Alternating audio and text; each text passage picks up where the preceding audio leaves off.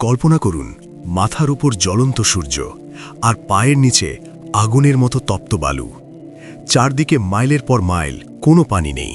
পিপাসায় যখন বুক ফেটে যাচ্ছে, ঠিক তখন এক সাহাবী আল্লাহর রাসূলের কাছে এসে বললেন, ইয়া রাসূলাল্লাহ, আমি আর সইতে পারছি না।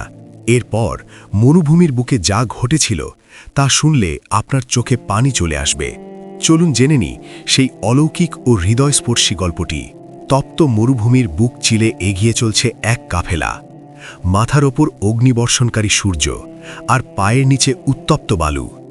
চারদিকে দিগন্ত বিস্তৃত ধুধু প্রান্তর, যেখানে এক ফোঁটা ছায়ারও অস্তিত্ব নেই।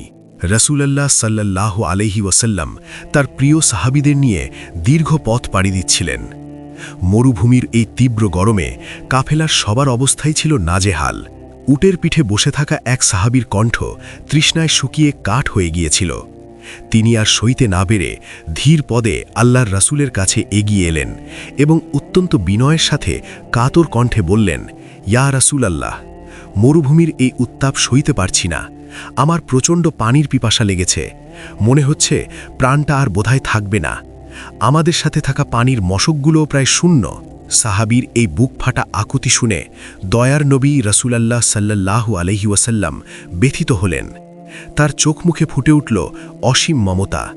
তিনি জানতেন এই জনমানবহীন মরুপ্রান্তরের ধারে কাছে কোনো কূপ নেই। তিনি শান্ত কণ্ঠে সাহাবীকে ধৈর্য ধরতে বললেন এবং আল্লাহর উপর ভরসা রাখতে বললেন। এরপর এক অলৌকিক রহমত নেমে এলো।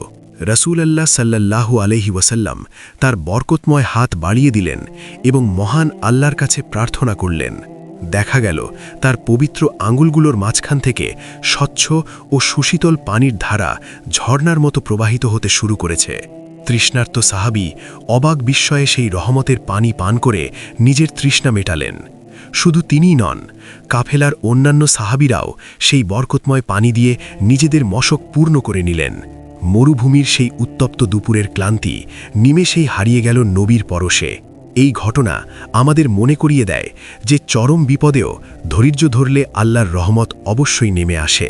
নবীর প্রতি ভালোবাসার এই অনন্য গল্পটি যদি আপনার হৃদয় ছুঁয়ে থাকে, তবে ভিডিওটিতে একটি লাইক দিন এবং কমেন্টে সুবহানাল্লাহ লিখুন। ইসলামের এমন আরও অজানা ও অনুপ্রেরণামূলক গল্প পেতে আমাদের চ্যানেলটি এখনই সাবস্ক্রাইব করে রাখুন। আল্লাহ হাফেজ।